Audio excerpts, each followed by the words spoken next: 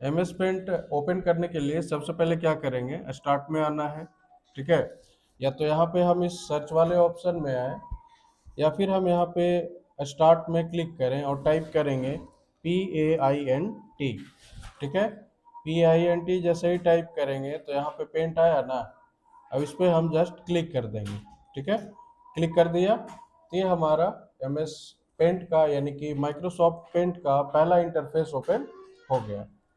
अब इसमें यह समझना है कि किसको क्या कहते हैं। सबसे पहले ये समझेंगे कि इसमें एम एस पेंट में कौन सा चीज़ क्या है, इसको हम समझेंगे। सबसे पहले ये वाला पार्ट, ठीक है, इसको हम लोग क्या कहते हैं, क्विक एक्सेस टूल बार, है ना। बात समझ गए, है ना। ये वाला है, इसको हम लोग टाइटल बार कहते हैं। क्या कहते हैं, टाइटल बार। ये वाला पार्ट टाइटल बार। इस तरफ यदि हम आए तो यहाँ पे तीन चीज़ें हैं, इसको क्लोज कहते हैं। इससे हम किसी भी एप्लीकेशन को जहाँ भी क्लोज हो, मतलब कोई भी एप्लीकेशन हो उसको हम क्लोज कर सकते हैं। ठीक है, ये मिनिमाइज और रीस्टोर का है, और सॉरी रीस्टोर और मैक्सिमाइज का है। और ये वाला, इससे हम किसी भी चीज़ को मिनिमाइज कर सकते हैं। उदाहरण के लिए, जैसे हम इस क्लोज पे क्लिक करेंगे तो ये बंद हो गया ना।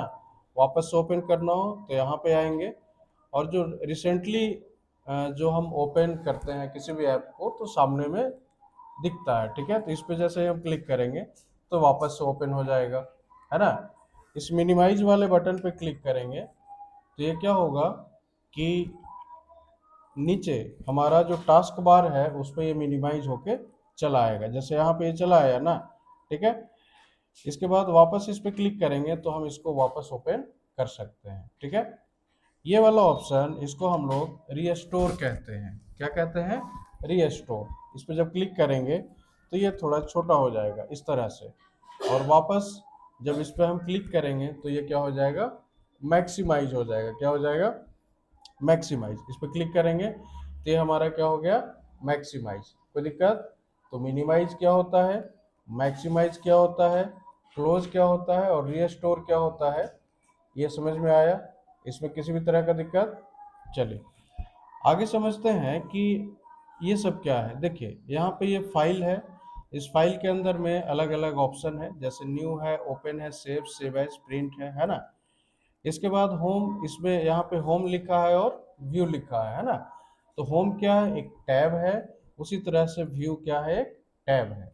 होम एक टैब हो गया और व्यू एक टैब हो गया, तो ये दोनों को हम क्या बोलेंगे, टैब। ठीक है, अब हर एक टैब के अंदर में अलग अलग सेक्शन या ग्रुप होता है। जैसे कि होम टैब के अंदर में यहाँ पे क्लिपबोर्ड सेक्शन है, इमेज है हमारा, टूल है, शेप है, कलर है। तो ये सारे क्या है यहाँ पे, इसके सेक्शन या ग्रुप हैं। ठीक है, उसी तरह से व्यू में आए तो जूम है, हाइड और शो और हाइड है, उसके बाद डिस्प्ले है। तो बारी बारी से सबको यहाँ पे हम देखेंगे। इतना समझ में आया। फाइल के अंदर में आए तो न्यू हो गया, ओपन, सेव, सेव एज। तो सबसे पहले यहाँ पे हम कोई शेप यहाँ पे हम ड्रॉ करते हैं, उसके बाद इन चीज़ों को हम सीखते हैं। ठीक है, एक चीज़ और छूट गया कि जिस एरिया में हम, जिस भी एरिया में कोई शेप वगैरह इस तरह से ड्रॉ करते हैं उसको हम लोग वर्किंग एरिया कहेंगे। क्या कहेंगे, वर्किंग एरिया कह सकते हैं, या कैनवास कह सकते हैं, बरोबर। या फिर नीचे वाला जो ये वाला पार्ट है इसको हम लोग क्या कहते हैं, ये है स्टेटस बार। इसको क्या कहते हैं, स्टेटस बार, है ना। कोई दिक्कत है इसमें, नहीं ना। अब हम यहाँ पे आते हैं और पहले तो इसको हटा लें। एक यहाँ पे कोई भी शेप हम इस तरह से ऐसे ड्रॉ करते हैं, ड्रॉ कर लिया। ड्रॉ करने के बाद इतना पे ही रहने देते हैं और फाइल में आएंगे।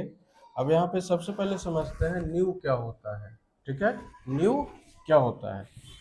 तो न्यू का मतलब होता है एक नया पेज लेना, है ना, या एक नया पेंटिंग एरिया हमें लेना है ना, या फिर एक नया ड्राइंग एरिया यहाँ पे लेना है। तो न्यू पे हम जैसे ही क्लिक करेंगे, या तो न्यू पे क्लिक करें या फिर कंट्रोल एन का यूज करें। यहाँ पे शॉर्टकट दिखा भी रहा होगा, है ना, यहाँ पे शॉर्टकट दिखा भी रहा होगा, कंट्रोल प्लस एन दिख रहा है ना, कंट्रोल प्लस एन। ठीक है, जैसे इस पे क्लिक करेंगे तो यहाँ पे तीन चीज आया है यहाँ पे, एक है सेव, एक है डोंट सेव और एक है कैंसिल। ठीक है ना, सेव, डोंट सेव और कैंसिल। ये समझने में दिक्कत हो रहा है क्या? क्या दिक्कत क्या है?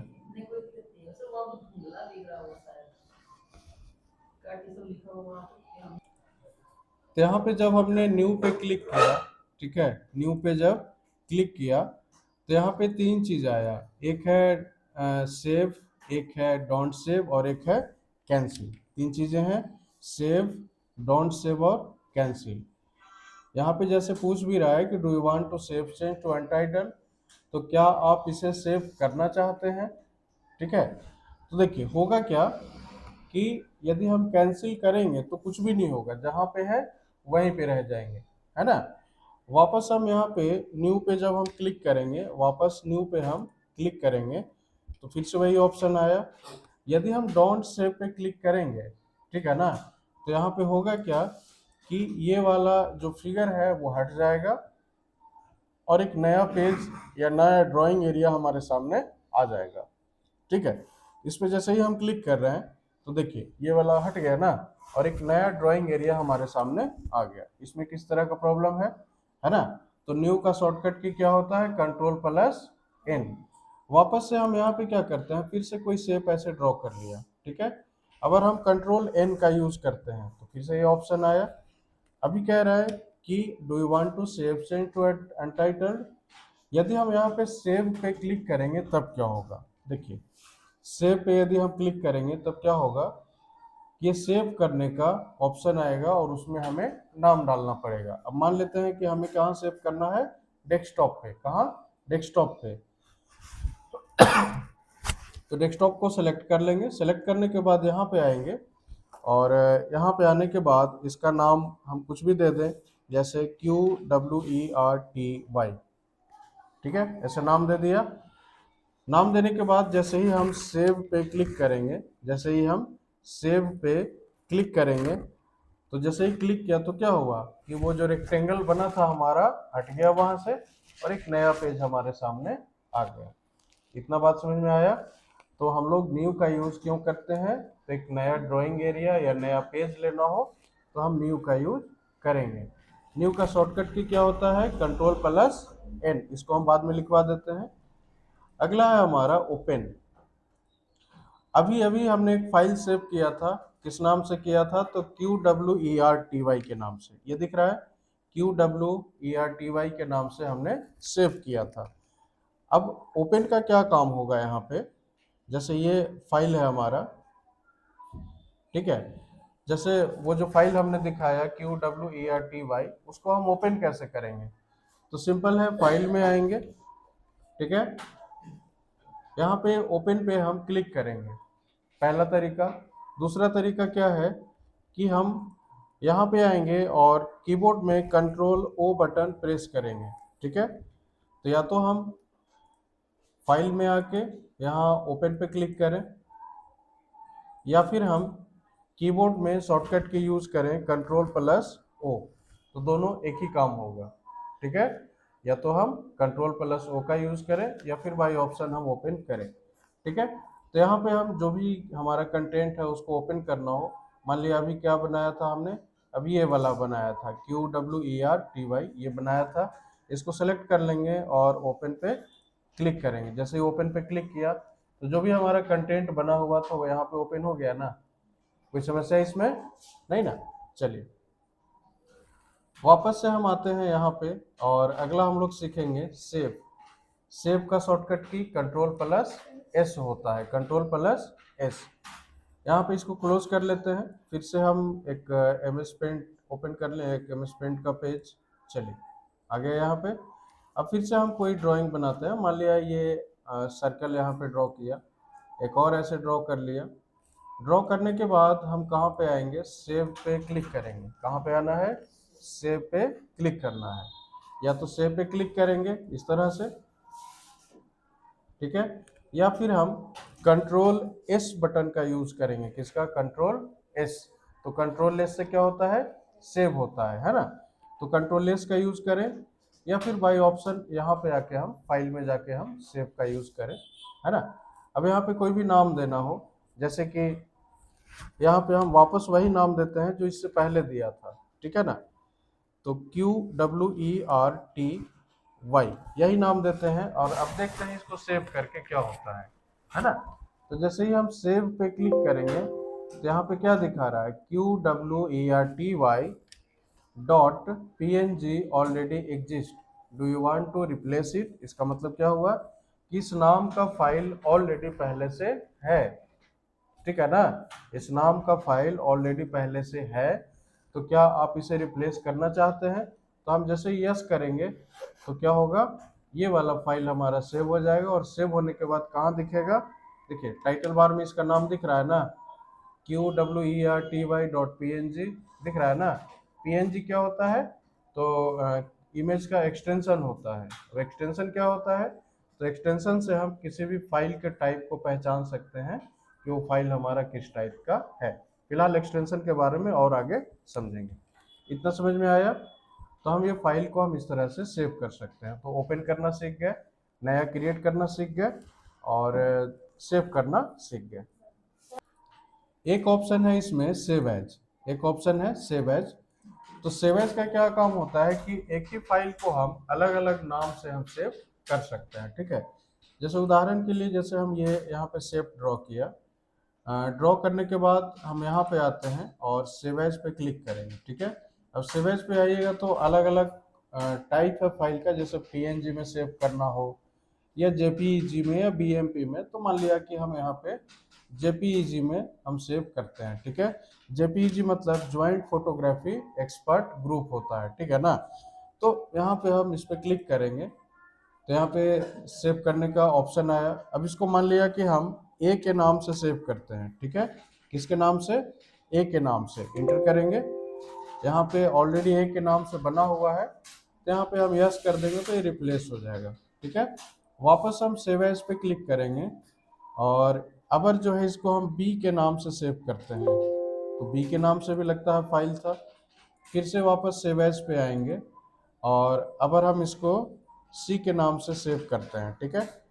टाइप करने के बाद यहाँ पे आना है, सेव पे क्लिक करेंगे तो ABC एक ही चीज को हमने 3 नाम से सेव किया। कितने नाम से, 3 नाम से। बात समझ गया ना। तो यहाँ पे आएंगे हम, अब यहाँ पे देखिए कि यहाँ पे C दिख रहा है, यहाँ पे A दिख रहा है, और यहाँ B दिख रहा है। तो A, B और C तीनों यहाँ पे दिख रहा है ना। तीनों में कंटेंट वही है, लेकिन हमने इसको अलग अलग नाम से सेव किया, ठीक है। हालांकि ये काम हम कॉपी पेस्ट करके भी कर सकते थे। चलिए, यहाँ तक में किस तरह की समस्या नहीं ना। इसमें आगे है प्रिंट। तो प्रिंट के थ्रू हम किसी भी डेटा को, या कोई भी फिगर है, फोटो है, या कोई भी हमने कंटेंट मतलब कोई भी शेप ड्रॉ किया है या कोई भी इमेज ड्रॉ किया, तो उसको हम यहाँ से प्रिंट कर सकते हैं। लेकिन प्रिंट करने से पहले ये जरूरी होता है, ये देखना जरूरी होता है कि वो प्रिंट निकलेगा कैसा। बात समझ में आ रही है ना। बस यूं ही प्रिंट नहीं दे देना चाहिए, ठीक है। अब जैसे मान लिया कि हम यहाँ पे एक और कोई ऐसे शेप ऐसे ही रैंडम ड्रॉ कर लें, ठीक है। ड्रॉ करने के बाद हम चले आते हैं यहाँ पे और प्रिंट पे क्लिक करेंगे, प्रिंट पे आएंगे, है ना। यदि डायरेक्टली क्लिक कर देंगे तो सीधे प्रिंटिंग वाला ऑप्शन यहाँ पे चला आएगा, ठीक है।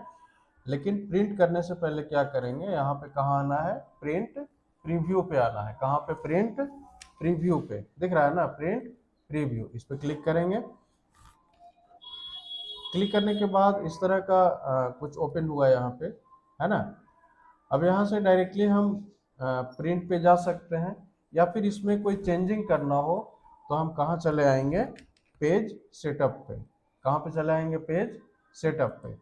पेज सेटअप पे आएंगे। अब यहाँ पे देखिए, इसको ध्यान से देखिए, तो यहाँ पे एक है पेपर का साइज, पेपर का साइज, इस पर क्लिक करेंगे। तो क्लिक करने के बाद इसमें जिस भी साइज का पेपर हमारे प्रिंटर में रखा है, मतलब डला हुआ है, वो साइज यहाँ पे सेलेक्ट करना पड़ेगा, ठीक है ना। जैसे नॉर्मल जो हम लोग फोटोकॉपी के लिए यूज़ करते हैं, जैसे ये वाला पेज है, तो इसको कौन सा पेज कहते हैं, A4 साइज पेज कहते हैं, ठीक है ना। कौन सा पेज कहते हैं, A4 साइज कहते हैं। और A4 को जस्ट हम हाफ कर देते हैं तो A5 हो जाता है। क्या हो जाता है? A5। और इसको भी यदि हम ऐसे मोड़ दें तो ये क्या हो जाएगा? A6 हो जाएगा। ठीक है ना? बात समझ गए? तो जैसा पेज रहेगा हमारे पास अवेलेबल, वही यहाँ पे साइज क्या करना पड़ेगा? सेलेक्ट करना पड़ेगा। तो मान लिया कि A4 साइज है तो यहाँ पे हम A4 साइज सेलेक्ट कर लेंगे। इतना समझ में आया? सेलेक्ट करने के बाद यहाँ पे दिख रहा होगा ओरिएंटेशन। ओरिएंटेशन में दो चीज़ें हैं, एक है पोर्ट्रेट और एक है लैंडस्केप। अभी हमारा जो इमेज है वो लैंडस्केप में है। यदि पोर्ट्रेट पे क्लिक करेंगे तो देखिए ये कुछ इस तरह से यहाँ पे आएगा। यदि हम ओके कर देंगे तो ये इस तरह से यहाँ पे आएगा, लेकिन ये पूरे पेज में प्रिंट नहीं होगा। पिक्चर का साइज क्या हो जाएगा? छोटा हो जाएगा। ठीक है, तो यहाँ पे वापस आएंगे और इसको लैंडस्केप पे क्लिक करके सॉरी उसको टिक करके और ओके कर देंगे। तो अब ये इमेज हमारा पूरे पेज में आएगा। तो ज़रूरत के हिसाब से हम लैंडस्केप और पोर्ट्रेट को चेंज करेंगे, यानी कि कब लैंडस्केप करना है और कब पोर्ट्रेट करना है ये अपना बुद्धि लगाना पड़ेगा। कोई समस्या इसमें नहीं ना? चलिए, बाकी प्रिंट पे क्लिक करेंगे तो यहाँ पे प्रिंटर सेलेक्ट करना है और प्रिंट पे क्लिक कर देंगे तो प्रिंट हमारा शुरू हो जाएगा। कोई दिक्कत है? चलिए, अब यहाँ पे हमने 4-5 चीज़ें सीखी, उसका शॉर्टकट की यहाँ पे लिख लें। जैसे कि न्यू है, सबसे पहले क्या हमने सीखा था? न्यू। न्यू का शॉर्टकट की क्या होता है? Ctrl+N, है ना? एक है ओपन हमारा, तो ओपन का शॉर्टकट की क्या होता है? Ctrl+O।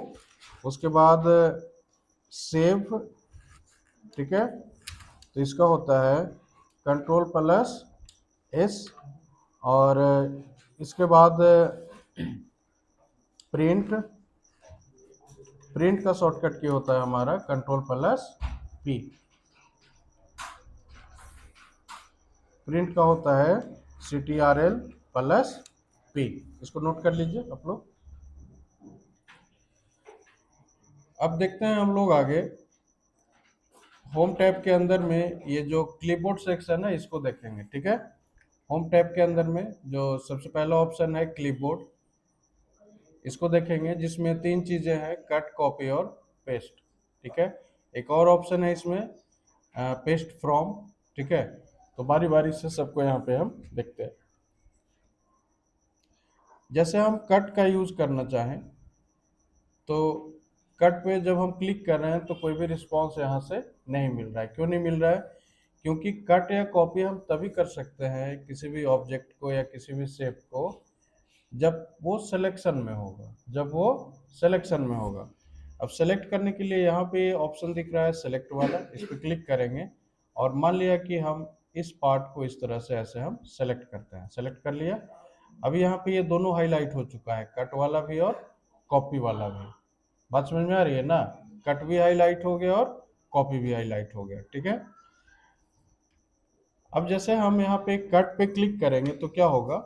जैसे ही हम कट पे क्लिक करेंगे तो क्या होगा कि ये वाला पार्ट यहाँ से हट जाएगा, यहाँ से गायब हो जाएगा। ठीक है, तो हम जैसे ही कट पे क्लिक करेंगे तो यहाँ से गायब हो गया ना। ठीक है, वापस हम कहीं भी क्लिक करेंगे, ठीक है, या फिर यहाँ पे आएंगे पेस्ट में और पेस्ट पे क्लिक कर देंगे तो जो पार्ट वहाँ से गायब हुआ था वो यहाँ पे चला आया ना। अब इसको जहाँ पे रखना हो वहाँ पे हम रख सकते हैं। कोई दिक्कत है? तो कट पेस्ट क्या करता है कि किसी भी चीज़ को एक जगह से मूव करके दूसरी जगह पे ले जाएगा, है ना? कट पेस्ट क्या करेगा कि किसी भी चीज़ को एक जगह से उठा के दूसरी जगह पे ले जाएगा। हालांकि कट पेस्ट हम लोग नॉर्मली ऐसे भी कर सकते हैं, इसको इस तरह से सेलेक्ट कर लीजिए, कर लिए, करने के बाद इसको ऐसे उठाना है और जहाँ पे रखना है वहाँ पे हम रख देंगे। तो हम ऐसे भी कर सकते हैं। ठीक है, उसको ड्रैग करके और ड्रॉप कर देंगे, मतलब उसको माउस के थ्रू पकड़ेंगे और जहाँ पे रखना हो वहाँ पे छोड़ देंगे। ठीक है,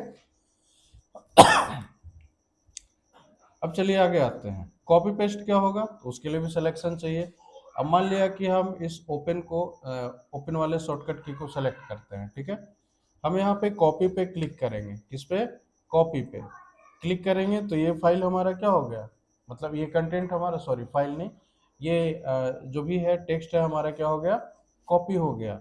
अब जैसे ही हम इस पेस्ट पे क्लिक करेंगे, ठीक है, तो ये वाला यहाँ भी चला आएगा। अब इसको जहाँ पे रखना हो वहाँ पे हम लाके रख सकते हैं। हो गया ना। तो हम इस तरह से कट पेस्ट कर सकते हैं और कॉपी पेस्ट कर सकते हैं। पेस्ट का मतलब क्या होता है? चिपका देना कहीं पे, वही होता है ना पेस्टिंग। तो पेस्ट का मतलब चिपका देना, ठीक है। तो कट पेस्ट क्या करता है कि किसी भी चीज़ को मूव करने में हेल्प करेगा, मतलब कि यहाँ से हटा के कहीं और शिफ्ट कर देना। और कॉपी पेस्ट क्या करेगा कि उसका डुप्लीकेट बनाएगा। क्या करेगा? डुप्लीकेट बनाएगा। यदि शॉर्टकट का यूज़ करना हो तो कट के लिए शॉर्टकट के क्या होता है? कंट्रोल एक्स प्रेस करेंगे तो यहाँ से हट गया ना। उसके बाद पेस्ट का क्या होता है? कंट्रोल वी, तो वापस यहाँ पे चला आया। उसी तरह से कॉपी का क्या होता है? कॉपी का मान लीजिए इसको सेलेक्ट किए तो कॉपी का होता है कंट्रोल सी। कॉपी का क्या होता है? कंट्रोल सी, है ना। और पेस्ट करना हो तो वापस कंट्रोल वी, ठीक है। तो यहाँ पे और कौन कौन सा शॉर्टकट की हो गया? कट, कॉपी और पेस्ट, तीनों को यहाँ पे हम नोट कर लेते हैं, है ना। तो कट का होता है, सॉरी कट हो गया, कट। कट का शॉर्टकट की होता है कंट्रोल प्लस एक्स। कॉपी का होता है कंट्रोल प्लस सी। और पेस्ट का होता है control plus V. Control plus V, इसको नोट कीजिए। आगे हम लोग देखते हैं पेस्ट के अंदर में एक और ऑप्शन था, कौन सा? ये paste special, sorry paste from, है ना। अब पेस्ट फ्रॉम क्या काम करता है कि इस पेस्ट फ्रॉम के थ्रू हम क्या कर सकते हैं कि दो इमेज को एक साथ ला सकते हैं, ठीक है ना। अब ये कहिएगा कि हम ओपन से भी वो काम कर सकते हैं, ऐसा नहीं है। ओपन जब करेंगे, मान लिया कि हम यहाँ पे गए, फाइल पे गए और ओपन पे क्लिक किया, ठीक है। ओपन पे क्लिक किया, अब मान लिया कि ये वाला यहाँ पे ओपन कर दिया, ठीक है। यहाँ पे हम फिलहाल डोंट सेव करते हैं। तो ये फाइल तो ओपन हो गया यहाँ पे, ये वाला ये इमेज जो है फ्लावर वाला ओपन हो गया। वापस जब हम यहाँ पे आएंगे ओपन पे, है ना, और यहाँ पे आके मान लिया कि इसको ओपन करना चाहें तो इससे पहले वाला हट गया और ये वाला ओपन हो गया, ठीक है। तब तो काम तो नहीं हुआ ना, हम जो चाह रहे थे वो यहाँ पे नहीं हुआ, ठीक है। तो फिलहाल यहाँ पे हम एक न्यू पेज ले लेते हैं और अब मान लिया कि दो इमेज जो अभी वहाँ पे लाया था उन दोनों को एक साथ लाना चाह रहे हैं, ठीक है। तब कैसे लाएंगे? तो यहाँ पे हम क्लिक करेंगे किस पे? पेस्ट फ्रॉम पे। किस पे क्लिक करेंगे? पेस्ट फ्रॉम पे, है ना। तो यहाँ पे पेस्ट फ्रॉम पे आएंगे और जैसे ये इमेज था हमारा, इसको सेलेक्ट कर लेंगे और ओपन करेंगे तो यहाँ पे ये इमेज आ गया, ठीक है। अब यहाँ पे इसको हम दूसरा पेज यहाँ पे हम इंसर्ट करेंगे, ठीक है। तो वापस यहाँ पे आएंगे, पेस्ट फ्रॉम में आएंगे और ये वाला सेलेक्ट करेंगे और ओपन करेंगे। देखिए तो दूसरा इमेज भी चला आया ना यहाँ पे, बात समझ गए। तो हम एक साथ दो दो इमेज को, यदि दो क्या दो से अधिक, दो या दो से अधिक इमेज को ओपन करना हो या एक को भी करना हो तो हम किसका यूज करेंगे? पेस्ट फ्रॉम का। किसका यूज करेंगे? पेस्ट फ्रॉम का, है ना। तो पेस्ट फ्रॉम का क्या काम होता है कि कोई भी इमेज है उसको यहाँ पे कैनवास पे ले आना। यहाँ तक में कोई समस्या नहीं ना? चलिए, इसके बाद है यहाँ पे सेलेक्ट में। अब सेलेक्ट, अभी इससे पहले भी आपने सेलेक्ट किया था। सिलेक्शन को सीखने के लिए सबसे पहले एक यहाँ पे हम रेक्टेंगल लेते हैं, ठीक है। एक रेक्टेंगल लिया और इसमें कोई भी कलर फिल किया। फिल करने के लिए हम यहाँ पे आएंगे, यहाँ पे दिख रहा होगा ये फिल विथ कलर का ऑप्शन है, इस पर क्लिक करना है। क्लिक करने के बाद देखिए यहाँ पे कलर 1 में ब्लैक कलर सेलेक्टेड है, ठीक है। इस पर सिंपल हम यदि कलर चेंज करना हो तो चेंज यहाँ से कर सकते हैं, लेकिन हमें चेंज नहीं करना है तो जैसा है वैसे ही रहने देंगे और यहाँ पे आके क्लिक कर देंगे तो बिल्कुल ब्लैक कलर का हमारा हो गया। इतना समझ में आया? अब हम यहाँ पे आते हैं सेलेक्ट में और यहाँ पे क्लिक करेंगे तो देखिए यहाँ पे जैसे एक है रेक्टेंगुलर सिलेक्शन, एक है हमारा फ्री फॉर्म सिलेक्शन, एक है सेलेक्ट ऑल और एक है ट्रांसपेरेंट सिलेक्शन। बात समझ गया ना? तो अलग अलग टाइप का यहाँ पे सिलेक्शन है। यहाँ पे क्या करते हैं कि हम सबसे पहले रेक्टेंगुलर सिलेक्शन पे क्लिक करेंगे। ठीक है, किस पे? रेक्टेंगुलर सिलेक्शन पे क्लिक करेंगे। अब यहाँ पे हम इस तरह से इसको सेलेक्ट करते हैं। जैसे ही सेलेक्ट किया तो ये पार्ट सेलेक्ट हो गया। अब इसको यहाँ पे जैसे ही हम अलग करेंगे तो ये किस टाइप में, रेक्टेंगल के फॉर्म में ये सेलेक्ट हो गया। और उसको हम चाहें तो मतलब मूव हम कहीं भी कर सकते हैं। ठीक है, कोई दिक्कत इसमें? वापस रखना हो तो हम इस तरह से भी रख सकते हैं, है ना। और यदि प्रॉपरली करना हो तो कीबोर्ड में एक ऑप्शन होता है अंडू का। किसका होता है? अंडू। अंडू का मतलब क्या होता है? हम एक स्टेप पीछे जा सकते हैं। अब गलती से मान लिया यहाँ पे चला आया, ठीक है ना, तो कीबोर्ड में हम क्या करेंगे, Ctrl+Z प्रेस करेंगे, या फिर यहाँ पे आपको दिख रहा होगा ये वाला ऑप्शन, ये दिख रहा है, इसको क्या कहते हैं? अंडू। और ये इसके आगे जो दिख रहा है इसको क्या कहते हैं? रेडू, है ना।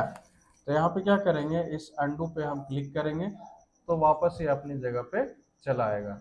ठीक है, हम कुछ भी करें, उदाहरण के लिए सेलेक्ट किया और कीबोर्ड से डिलीट कर दिया, वापस लाना है तब क्या करेंगे, कीबोर्ड में या तो हम Ctrl+Z बटन प्रेस करें या फिर यहाँ पे हम इस पे क्लिक कर दें तो हम इस बैक में जा सकते हैं। मतलब जो भी किया वो हमारा अंडू हो जाएगा, है ना।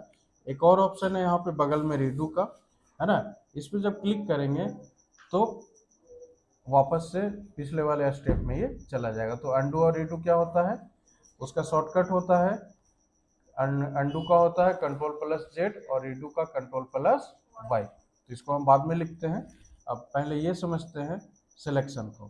तो सिलेक्शन में फिलहाल Ctrl+Z करेंगे, ये नॉर्मल हमारा हो गया, है ना। सिलेक्शन में अभी हमने सीखा किसको, रेक्टेंगुलर सिलेक्शन को। अगला है हमारा फ्री फॉर्म सिलेक्शन। क्या है? Free form selection. इस पर क्लिक करेंगे। क्लिक करने के बाद हम इस तरह से इसको ऐसे ड्रॉ कर लेंगे, हो गया ना। ड्रॉ करने के बाद इसको जब हम यहाँ से उठा के इधर लाएंगे तो जैसे जैसे ड्रॉ किया था वैसे वैसे ये सेलेक्ट हो गया, और इसको बाहर कर रहे हैं तो उसी तरह से ये बाहर भी चला जा रहा है। कोई दिक्कत है?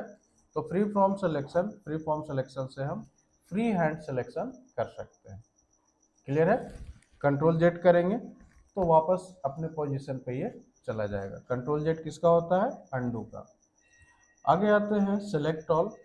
तो सेलेक्ट ऑल का मतलब कि पूरा सेलेक्ट हो जाएगा। तो ये हमारा कंटेंट अब क्या है, पूरा सेलेक्ट हो गया है।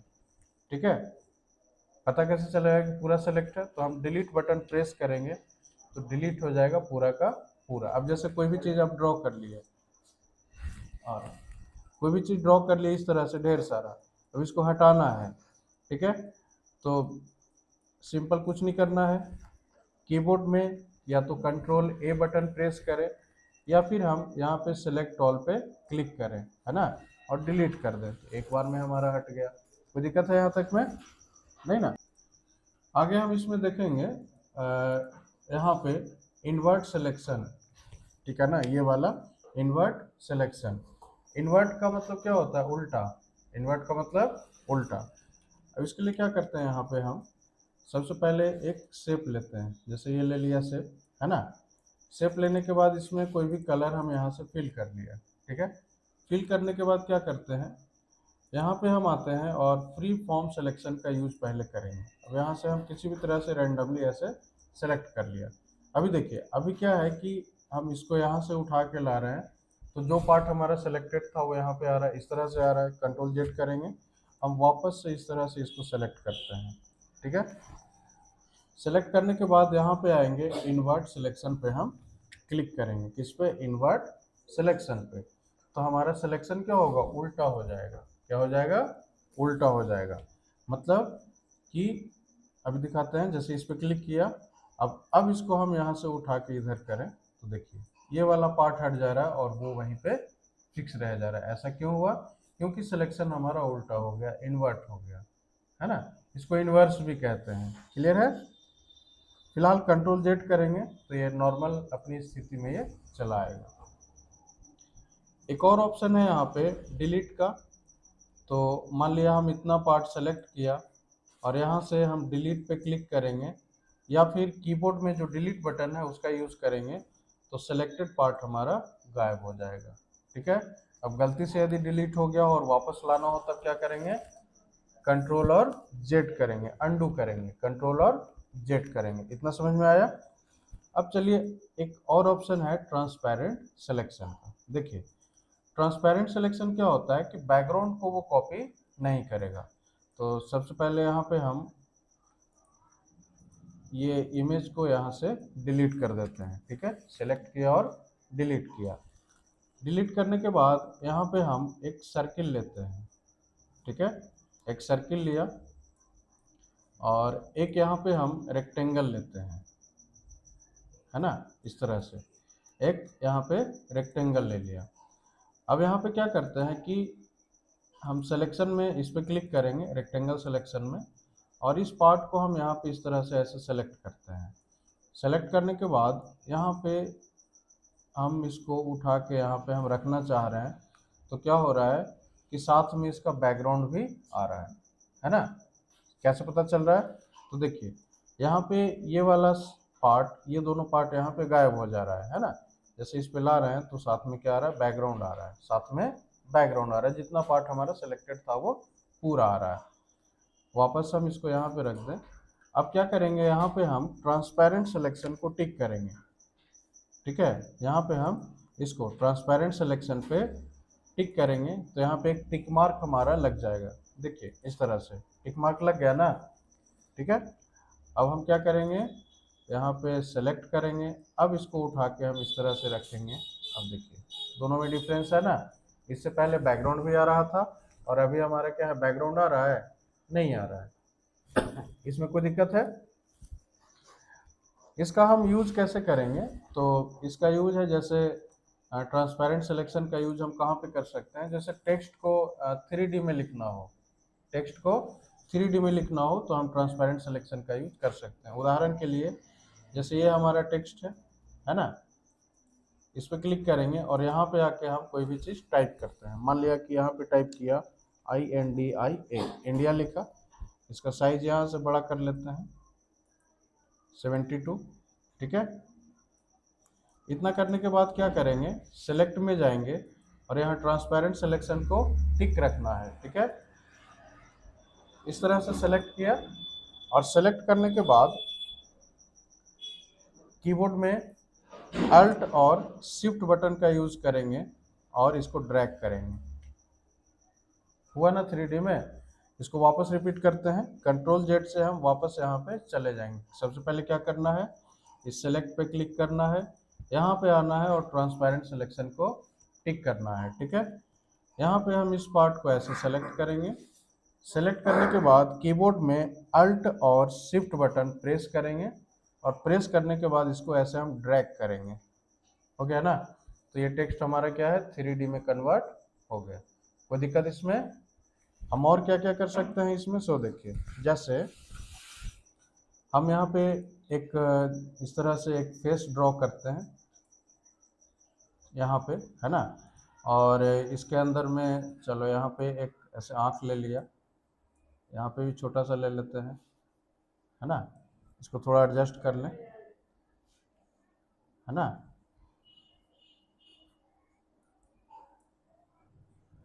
इसके बाद क्या करेंगे, एक हल्का सा ऐसे ले लें।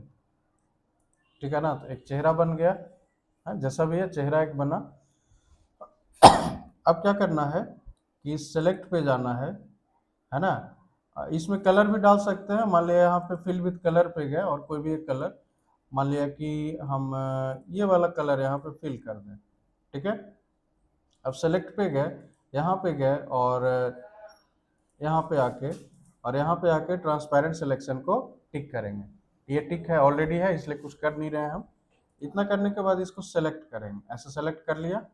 ठीक है, उसके बाद कीबोर्ड में अल्ट और शिफ्ट बटन प्रेस करेंगे और इसको ऐसे ड्रैग करेंगे। ये बन गया ना।